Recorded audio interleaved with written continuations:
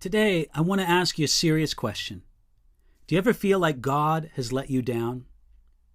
Now, to deal with this question, I want to read to you from John chapter 4. I'm going to begin in the middle of verse 46 and continue through verse 48. John chapter 4, starting at verse 46, where we read, "And there was a certain nobleman whose son was sick at Capernaum.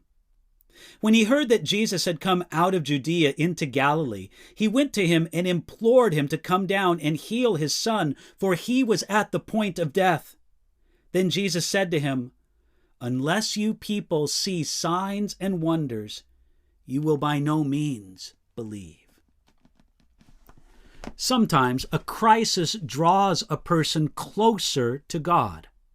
Other times, it makes one feel that God has let them down. Many years ago, a reporter was a hostage in Lebanon for many years. When he was finally released, he said, "I prayed so many times and prayed so hard, and nothing happened. After thinking about it deeply, I'm not so sure there is a God."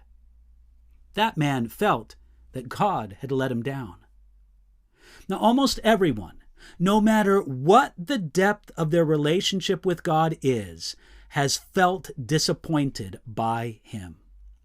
We've prayed a prayer, wished a wish, or projected a need towards God that was not met in the way we had hoped. How should we react in times when we feel God has let us down? John chapter 4 gives us some guidance. This man came to Jesus saying his son was dying. He begged Jesus to come some 20 miles to his home and help. At first, Jesus seemed put off by his request, saying that people often won't believe unless they see something miraculous. The man had probably hoped that Jesus would say, "Of course I'll come and help your son." But the man would not stop, even though Jesus didn't say what he wanted him to say. Jesus didn't do what the man wanted him to do. The man figured that Jesus had to be with his son to heal him. So he was disappointed when Jesus wouldn't come.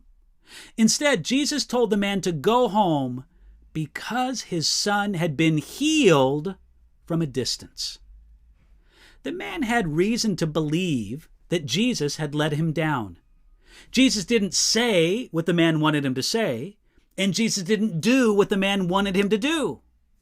Yet when Jesus told the man that his son was healed, he believed him. When he came home, he saw his son was completely better from the exact time that Jesus said that he was healed. Jesus did not let him down. His son was healed.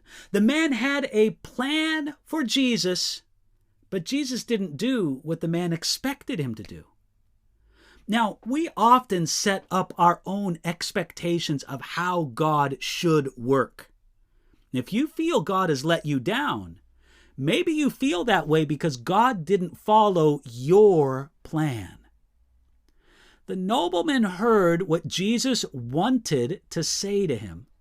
He took Jesus at his word, and he didn't let his own idea of how God should work get in the way of what God wanted to do. It's good to see that God will never disappoint us.